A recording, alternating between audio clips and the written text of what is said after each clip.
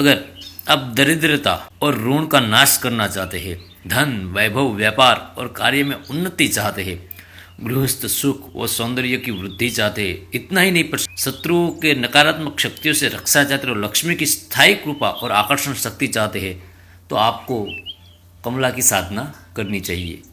10 महाविद्या में 10वीं महाविद्या देवी कमला महाविद्या है, जो श्री विद्या में आती है।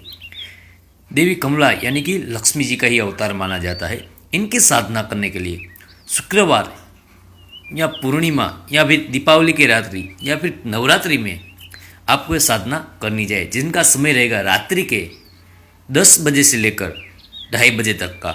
इस वक्त में आप ये साधना कर सकते हैं। अगर ये साधना आप अपने घर में करते हैं तो आपके लिए बहुत ही अच्छा होगा, क्योंकि लक्ष्मी जी की साधना है, देवी कमला यानी कि लक्ष्मी जी।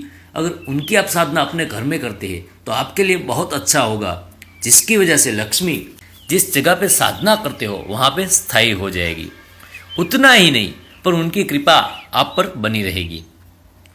ये साधना करने के लिए आपको स्फटिक की माला का उपयोग करना है। अगर आपके पास स्फटिक की माला नहीं है तो आप कमलगट्टा की माला भी ले सकते हैं।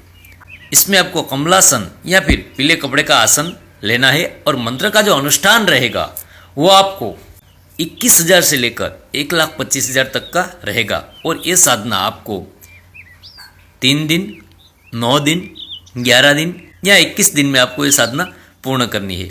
इसमें जो आपको हवन की आहुति लगेगी वो लगेगी कमलगट्टा, सफ़ेद तिल, गुड़, घी, वैजयंती बीज, काली मिर्च, सरसों, ये सब आपको आहुति में उपयोग लेना है।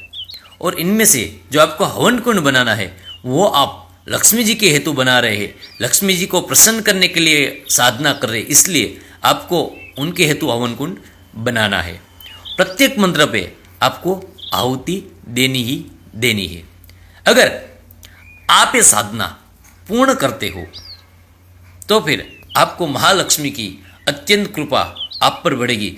चाहे आपके घर में कितनी भी दरिद्रता क्यों ना हो, आप पर कितना भी बड़ा ऋण क्यों ना हो, वो कुछ ही समय में यानी कि कुछ ऐसा लाभ होगा जो आपने सोचा ना होगा। कहीं से व्यापार का लाभ होगा या फिर आपको ऐसा कोई काम मिल जाएगा जिसकी वजह से आपके धन का स्रोत दिन ब दिन बढ़ता जाएगा।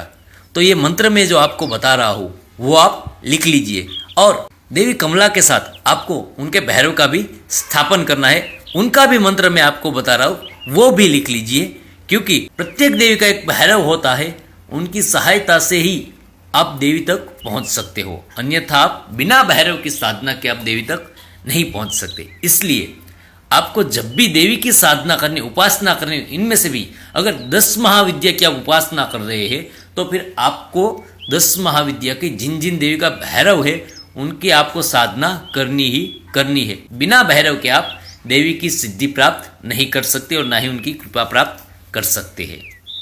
भैरव की साधना में आपको जो माला लगेगी वो लगेगी काले हकीक की माला या फिर रुद्राक्ष की माला, जबकि माँ की साधना के लिए माला अलग अलग रहेगी।